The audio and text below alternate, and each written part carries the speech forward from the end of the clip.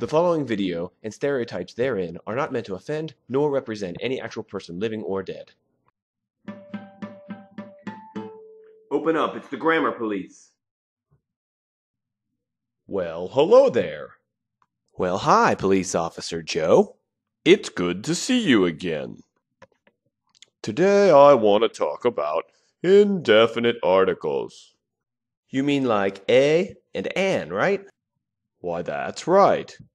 Let's get started. Rule number 1. A and an are used with professions.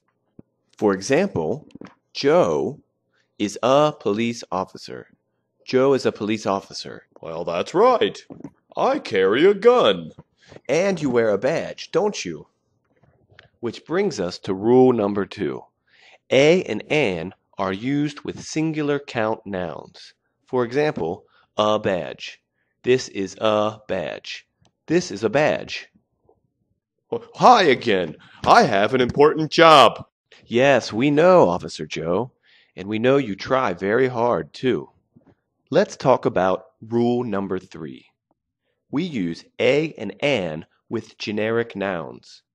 These are generalizations about categories of things. For example, a badge identifies a member of an organization. In this case, a badge, a member, and an organization are not specific nouns. They just exist in the category of badges, members, and organizations. They are just in that concept. They are not real. Yes, that's how we know police officers have important jobs and that they can carry guns. Whoa! You almost hit me! Be careful! What Joe wants to say is that we can use plural nouns like this as well. We can make generalizations with plural nouns. So, just as with singular generalizations, a badge identifies a member of an organization.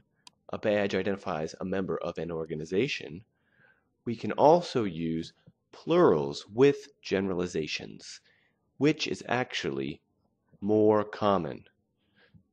Badges identify members of organizations. Badges identify members of organizations. So, we can say, a police officer wears a badge.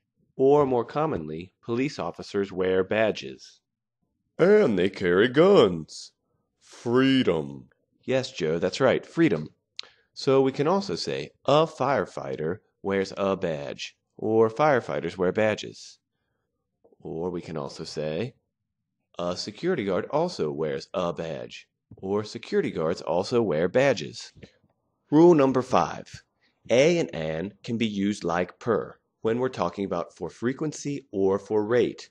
For example, per day becomes a day, and per hour becomes an hour. Let's illustrate this with another example. These two officers eat 8 donuts a day. They eat 8 donuts a day. The one on the right, Hey, that's my partner. Police Officer Joe's partner, on the right, can run at a top speed of 12 kilometers an hour. Therefore, he catches a total of 0 criminals a year. Let's review. He eats 8 donuts a day. He can run 12 kilometers an hour. Therefore, he catches 0 criminals a year. Rule number 6. We use a and an to introduce a noun in a story. The second time, we use the. Listen to a story about Joe's partner, and let's pretend that we haven't met him yet. Yesterday, an officer was eating a donut. Suddenly, a monster donut appeared. The monster donut wanted to eat the officer. So, the officer threw the half-eaten donut at the monster.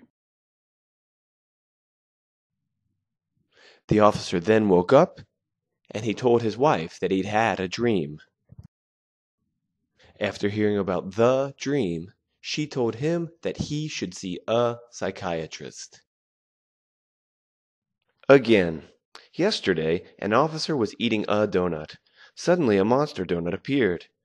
The monster doughnut wanted to eat the officer, so the officer threw the half-eaten doughnut at the monster. The officer woke up and told his wife he'd had a dream. After hearing about the dream, she told him he should see a psychiatrist. The end.